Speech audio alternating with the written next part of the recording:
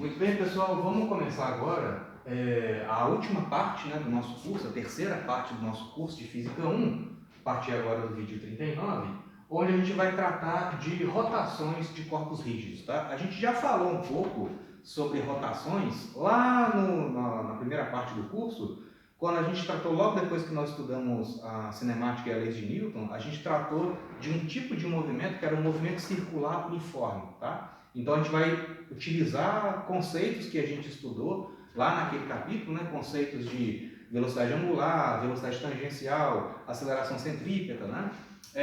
Então a gente vai retomar esses conceitos, só que agora nós vamos fazer uma abordagem um pouco mais geral do estudo das rotações dos corpos. Então a gente vai definir a partir de agora uma série de variáveis, uma série de grandezas que vão ser adequadas para a gente fazer o estudo das rotações de uma forma mais simples, tá?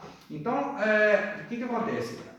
A partir de agora, a gente não vai estudar uma física nova, né? Em termos assim, de fundamentos da teoria, não tem nenhuma novidade nisso que a gente vai tratar. O que a gente vai fazer é reescrever uma série de equações que a gente já tratou lá no caso das leis de Newton, no caso do estudo do trabalho e energia, conservação da energia, enfim, uma série de equações que a gente andou vendo ao longo do curso. A gente vai reescrever essas equações de uma forma mais adequada para o estudo das rotações. Então, por exemplo, ao invés de a gente trabalhar com velocidade tangencial de um corpo, né, em rotação, e muitas vezes é mais útil a gente trabalhar com o conceito de velocidade angular. Ao invés de a gente trabalhar com o conceito de aceleração tangencial de um corpo em rotação, a gente vai trabalhar com o conceito de aceleração angular. Vai ver que existe uma relação entre a aceleração tangencial, medida em metros por segundo ao quadrado, e a aceleração angular, que a gente vai tratar aqui nas rotações. A própria segunda lei de Newton, força igual a massa vezes aceleração, ela continua perfeitamente válida no caso de rotações. Só que a forma matemática dela não é adequada, ela não permite a gente trabalhar com as rotações de uma forma mais simples. Então a gente vai reescrever a segunda lei de Newton usando variáveis rotacionais. Ao invés de falar de força resultante aplicada num corpo, a gente vai falar de torque, que é a capacidade que uma força tem de produzir rotação no corpo. Ao invés de a gente falar de aceleração tangencial, nós vamos falar de aceleração angular. Ao invés de falar de massa de um corpo, nós vamos definir uma grandeza chamada momento de inércia de um corpo, que tem a ver com a massa dele e tem a ver com a distribuição de massa daquele corpo. Essa é uma grandeza adequada para o estudo das rotações, né? Ao invés de a gente falar de aceleração, ao invés de a gente falar de energia cinética, né, de translação, nós vamos falar de energia cinética de rotação. Então vamos reescrever aquela fórmula da energia cinética, aquele meio de mv2, usando variáveis rotacionais. Então, assim, a tarefa nossa é definir uma série de variáveis rotacionais e reescrever equações que a gente já conhece na forma rotacional. Isso vai simplificar o nosso tratamento, tá? Então, a gente vai tratar de rotações de corpos rígidos, tá? O que a gente entende como sendo um corpo rígido? Tá? Um corpo rígido é simplesmente um sistema de partículas, né? Ou seja, uma coleção de partículas cujas distâncias entre si, formando aquele corpo, né?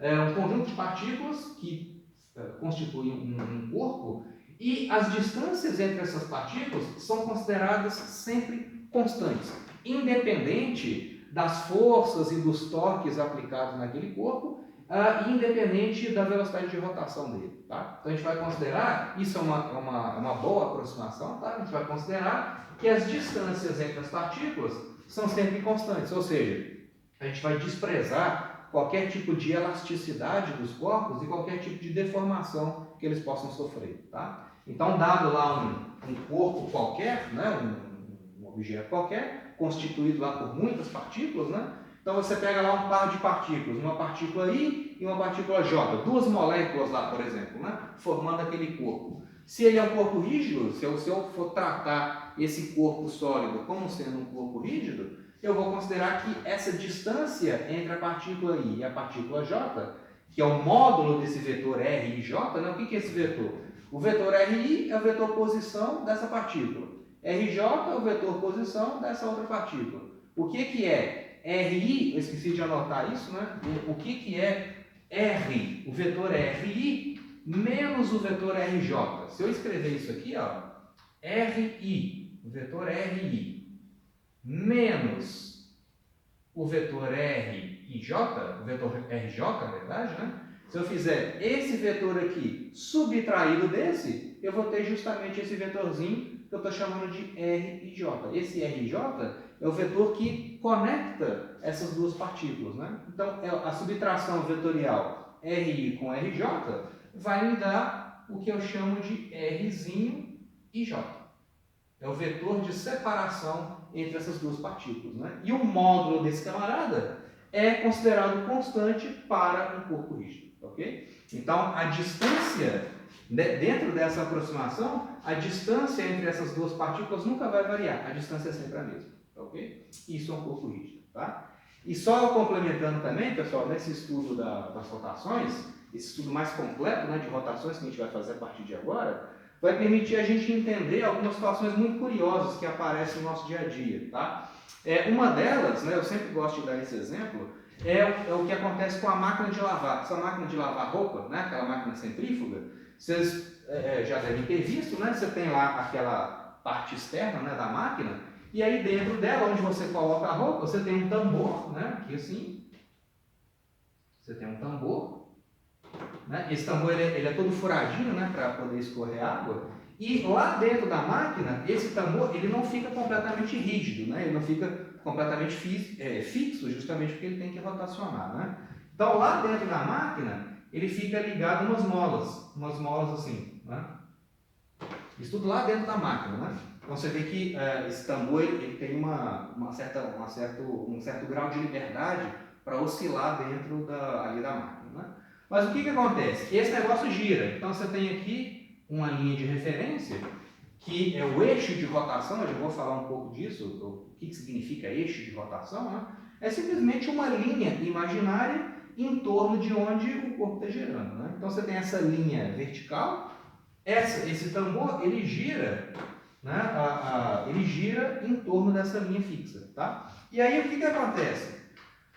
Se você pega lá o manual lá da máquina, o pessoal fala o seguinte: você não pode pegar, por exemplo, uma trouxa de roupa e acumular toda aqui assim. Você não pode pegar a sua roupa e jogar tudo num canto só e botar esse negócio para girar. O que você tem que fazer? Você tem que pegar essa roupa e espalhar uniformemente na parte de baixo do tambor, tá? Se você pega a trouxa de roupa e coloca toda num canto só e bota a máquina para centrifugar, o que vai acontecer? Ela começa a girar, de repente a máquina ela dá uma oscilada, ela dá uma sacudida muito intensa, de forma que pode até estragar a máquina, né? Dependendo da vibração que ela sofre, essas molas aqui podem ficar muito tensionadas e pode até romper e estragar a máquina, né? Então o pessoal sempre fala, pega a trouxa de roupa, abre a trouxa de roupa, né, e espalha uniformemente na base ali daquele tambor, né? Por que isso acontece? Ou por que quando a distribuição de massa ela não tem simetria, a máquina sofre essa oscilação, essa vibração que pode estragar, pode romper essas molas que conectam ela à máquina? Por que isso acontece? Isso é uma coisa que a gente vai tratar aqui no curso, né? A explicação que está por trás dessa sacudida da máquina, né? Quando você tem uma distribuição assimétrica de massa em torno do eixo de rotação, tá? Um outro exemplo, né, que a gente vê que é bem interessante é o caso de balanceamento de roda de carro. Quando você compra um pneu novo para colocar lá um jogo de pneus novos, né, para colocar lá no seu carro, a primeira coisa que você tem que fazer, você não pode simplesmente pegar o pneu, botar no carro e começar a rodar. Você tem que pegar aquele jogo de pneus que você comprou. Quando você sai lá do supermercado, sai lá da loja, a primeira coisa que você tem que fazer é levar no mecânico, para ele fazer o que a gente chama de balanceamento da roda. O que isso acontece? O que é isso, né? Você tem, digamos aqui, né, o pneu do carro, tá? Então você tem aqui aquela superfície de borracha, né?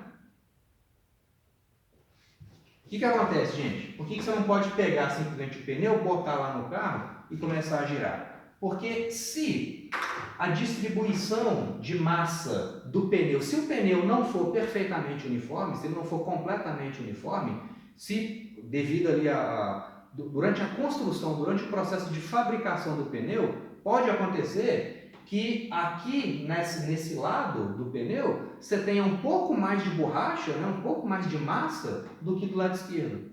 E aí se você pega o pneu, coloca no carro e já começa a rodar, o pneu vai trepidar por causa dessa assimetria, né? Digamos que aqui assim, ó, você tem mais borracha nessa parte do que nessa aqui, ó. Você tem uma densidade maior de massa, de material aqui, do que aqui, por algum motivo, durante o processo de fabricação do pneu, né? Então o pneu está assimétrico, né? A distribuição de massa não é simétrica, tá? Aqui é o eixo de rotação, né? A roda ela gira em torno de um eixo que passa pelo centro da roda, tá?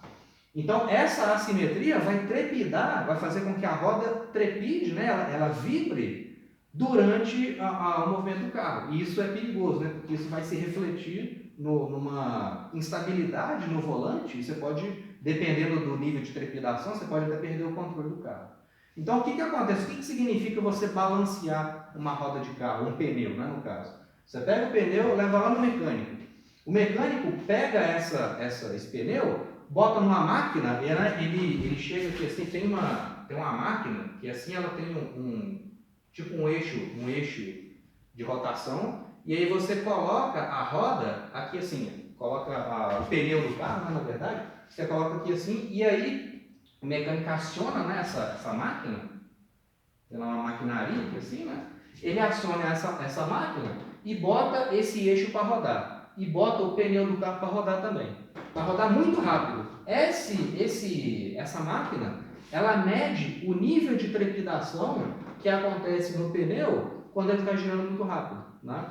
Então, essa máquina, medindo esse nível de trepidação, ela mostra para o mecânico que a roda está assimétrica, né? Ou seja, que ela está com uma distribuição de massa que não é simétrica, né?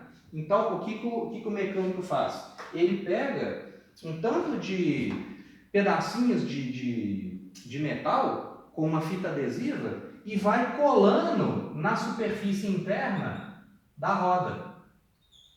Na superfície interna ali da roda, né? Então, para compensar essa assimetria na distribuição de massa, o mecânico vai pregando um tanto desses pedacinhos de ferro, né, com a fita adesiva, vai colocando aqui na superfície interna ali da roda do carro, justamente para compensar essa diferença de massa. Então, para fazer com que a distribuição de massa completa, agora juntando com esses pedacinhos de ferro, fazer com que essa distribuição de massa seja o mais simétrica possível. Quando essa distribuição aqui for bem simétrica, ele vai, coloca de novo lá na máquina e bota para rodar. Aí a roda para de trepidar, né? Ela gira suavemente, sem vibrar, né? Então esses pedacinhos são para garantir essa simetria na distribuição de massa da roda. Isso aqui é balancear uma roda, é fazer com que ela não trepide, tá? Então, o porquê que isso acontece? Por que acontece essa trepidação? A gente vai ver na sequência do curso, tá legal? Então, são algumas aplicações aí interessantes que servem de motivação, né, para a gente estudar a rotação de corpos rígidos, tá legal?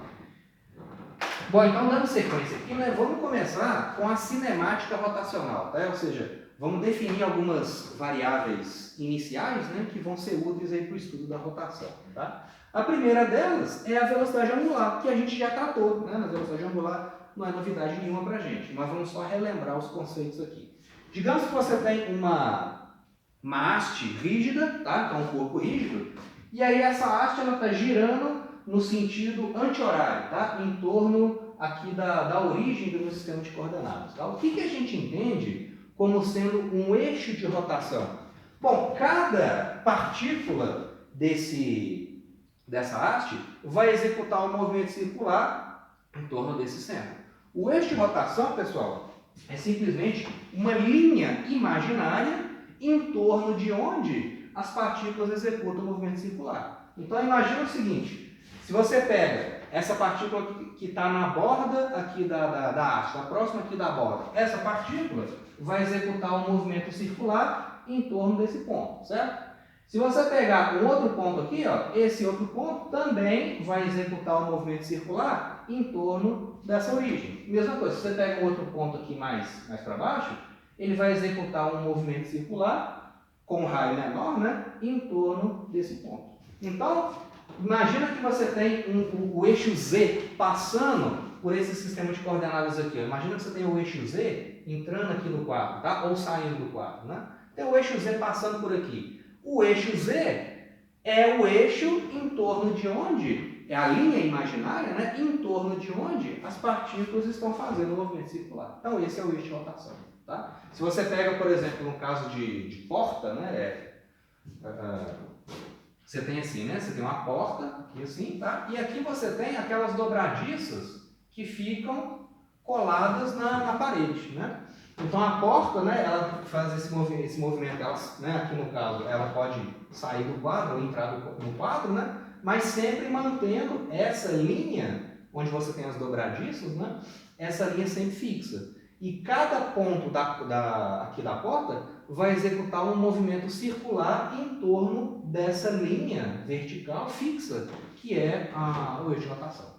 Então, no caso de uma porta, o eixo de rotação é esse conjunto de dobradiças aqui, não? Ou essa linha vertical fixa, onde ficam as dobradiças. Tá? Então, é isso que a gente entende como sendo o eixo de rotação. No caso aqui é o eixo Z. Né? O eixo Z aqui está saindo do quadro, nesse caso. Tá? Então, você tem que vamos prestar atenção nessa partícula aqui. Né? Ela está a uma distância R, que é fixa, em torno, a distância R, né, fixa, entre a partícula e a origem. É o raio de rotação daquela partícula ali, né? Então, nesse instante, ela tem uma velocidade de V apontando para cá, e φ é o ângulo que ela está descrevendo em relação ao eixo X. Né? Eu estou medindo o ângulo φ a partir do eixo X. Tá? E S é o arco, né? É o comprimento de círculo que essa partícula descreveu ao sair daqui e vir para cá, descrevendo o ângulo φ. Né? Então, para um ângulo φ, eu tenho um arco, né? Um comprimento de arco correspondente S. Tá? Φ a gente expressa em radianos e o comprimento de arco no sistema internacional a gente representa em metros, né? Dado em metros. Tá? E aí, qual que é a relação entre os dois? Usando a definição de radianos, o que é um ângulo medido em radianos? O ângulo medido em radianos é a razão, é a divisão entre o tamanho do arco que ele descreve, no caso aqui é o meu S, né, dividido pelo raio do círculo. Né?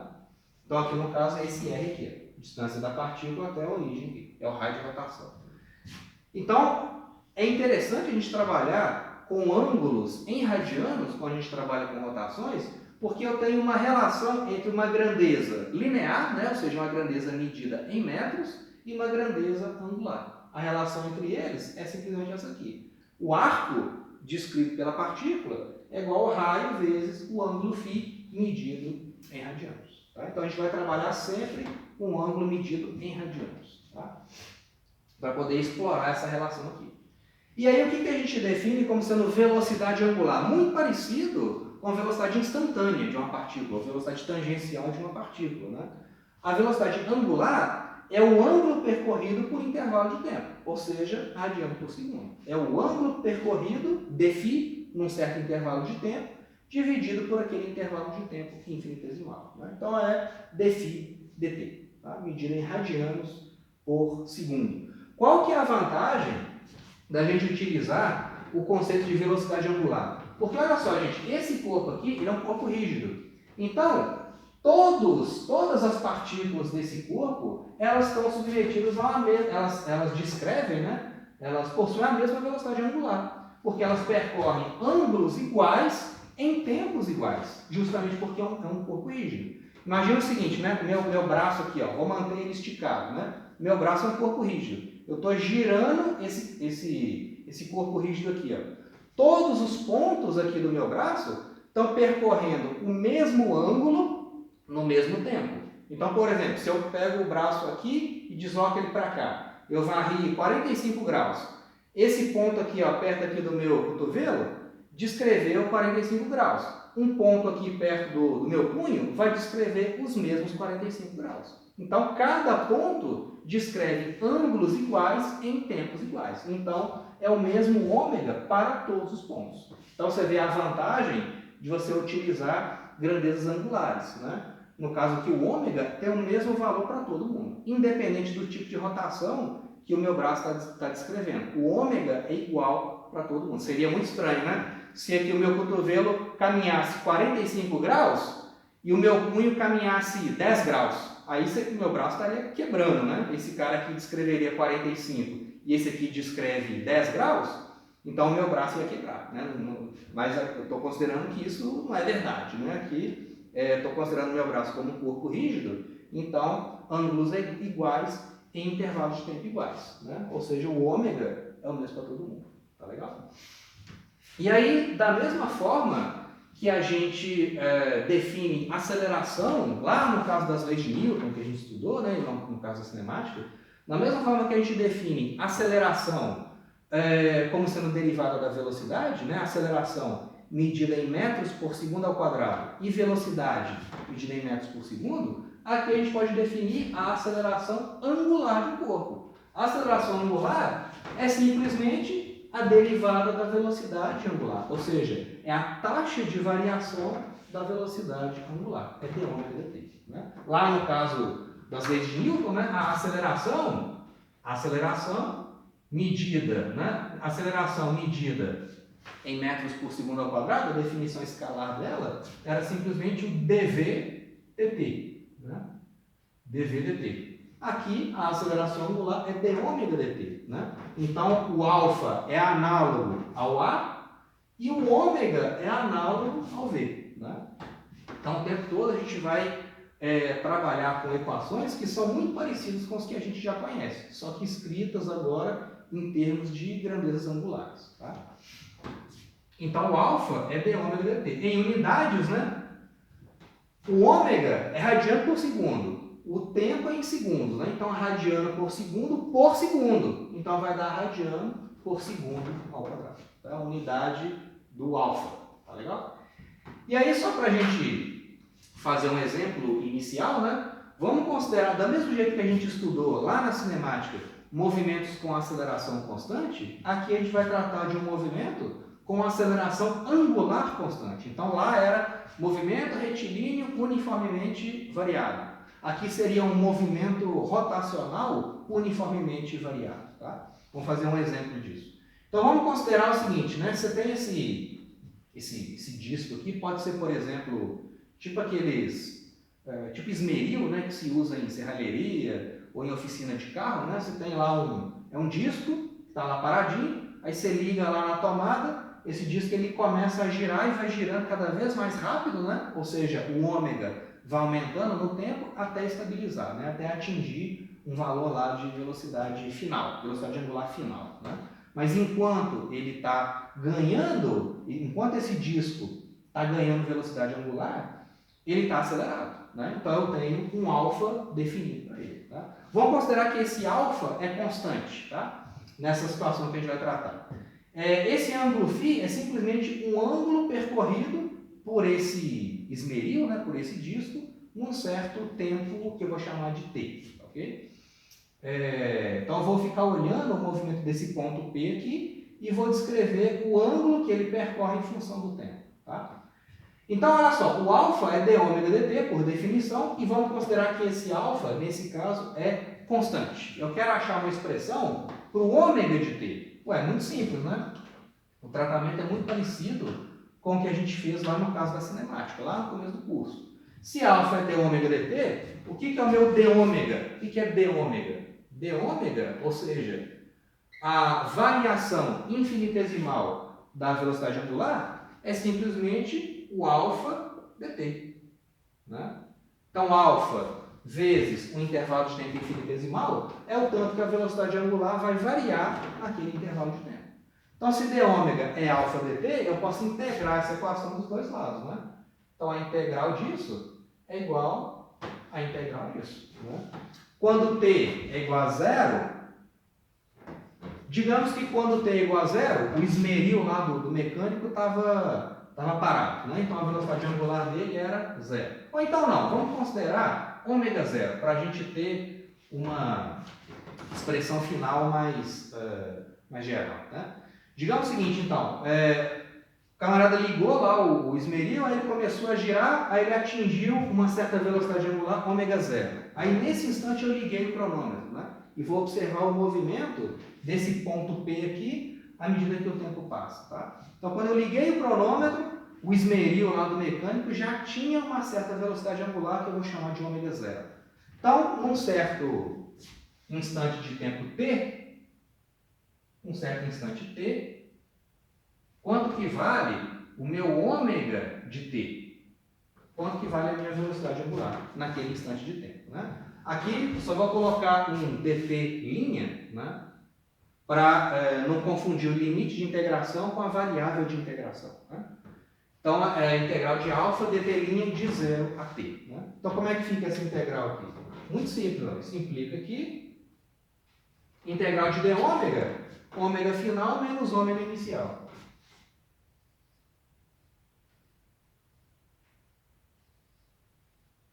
Isso é igual.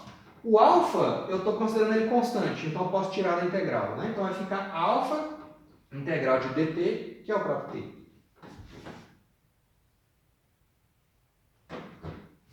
Ué, então como é que fica a expressão geral, né, da velocidade angular em função do tempo por um movimento uniformemente acelerado? Para uma rotação, né, uniformemente acelerada.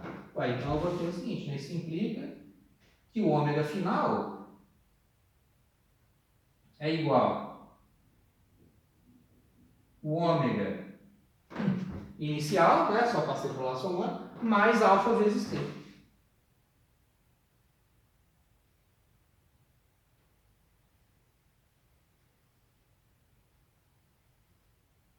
Muito parecido com o que a gente teve lá no caso da cinemática, né? Quando a gente tinha movimento retilíneo uniformemente variado, lembra?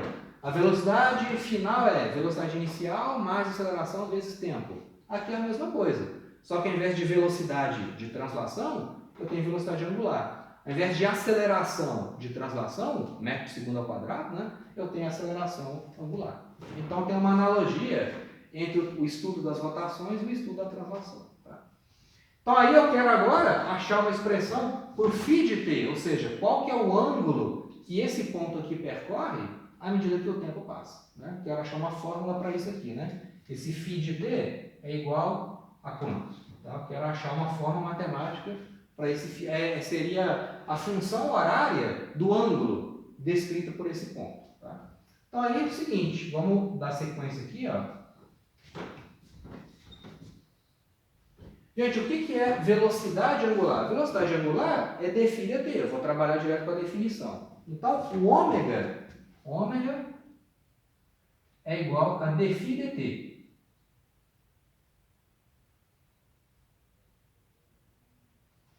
Então, se ômega é dφ dt, o que é o meu dφ? O que é o ângulo percorrido por esse ponto no intervalo de tempo bem pequenininho? Ou seja, o que é o meu diferencial de ângulo? O que é o meu dφ? Vai ser simplesmente ômega, que é uma função do tempo, né? dt. Ômega de t dt. Então, eu vou integrar essa expressão, lembrando que agora o ômega não é constante mais, o ômega varia no tempo. Eu vou integrar e achar quanto que vale, né? Então, isso aqui, ó, o meu dφ é igual ômega de t, que é aquela expressão toda lá, né?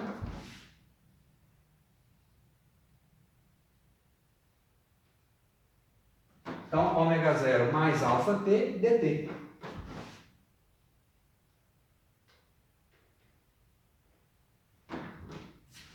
Então, o que eu vou fazer agora? Eu vou integrar aquela equação dos dois lados. Né? Se dφ é igual a isso, então a integral disso é igual a integral daquilo. Né? Então, a integral disso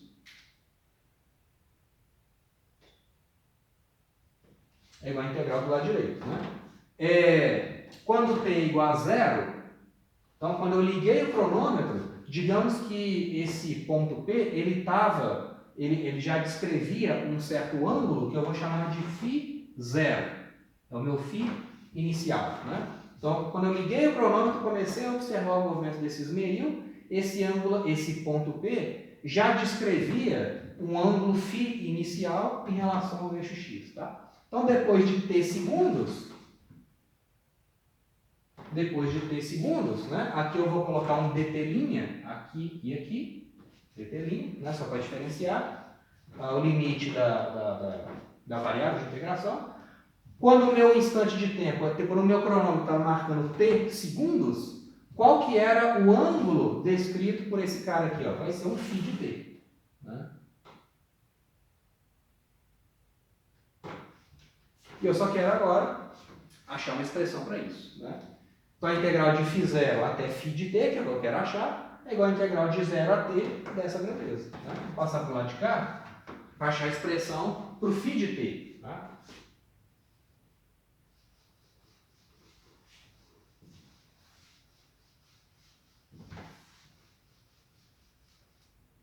Então, muito simples, né? Do lado esquerdo ali, como é que vai ficar? Eu vou ter φ de t menos o φ inicial é igual.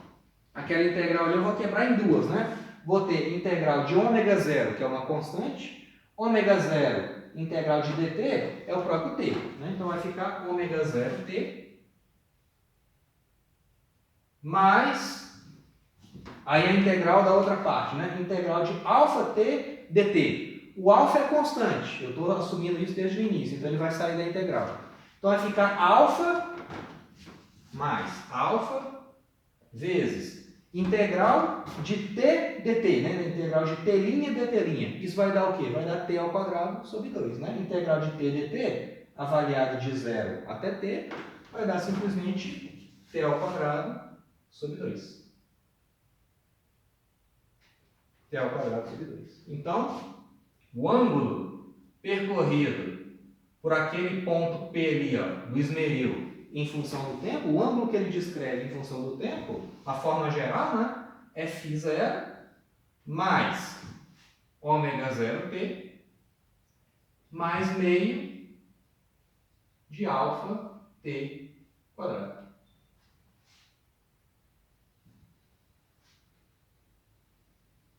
Então, de novo, né, a gente vê que é uma expressão muito parecida com a que a gente já tinha visto lá do movimento uniformemente variável. Posição final era a posição inicial mais velocidade inicial vezes tempo mais meio de A até 2. Era aquela forma geral. Aqui é a mesma coisa, só que para o caso angular. A posição angular final é a posição inicial mais velocidade angular inicial vezes tempo mais meio de alfa t ao quadrado. Okay? Então você vê que a expressão geral, de novo, é muito parecida com o caso da translação. Só substituindo as variáveis translacionais, né, velocidade e aceleração, pelas variáveis rotacionais, que é o ômega e o alfa. Okay? Desculpa, é o ângulo φ, velocidade angular ômega e aceleração alfa. Ok? Então tá, esse é o vídeo introdutório, né, vídeo 39. A gente dá sequência então nesse conteúdo do vídeo 40.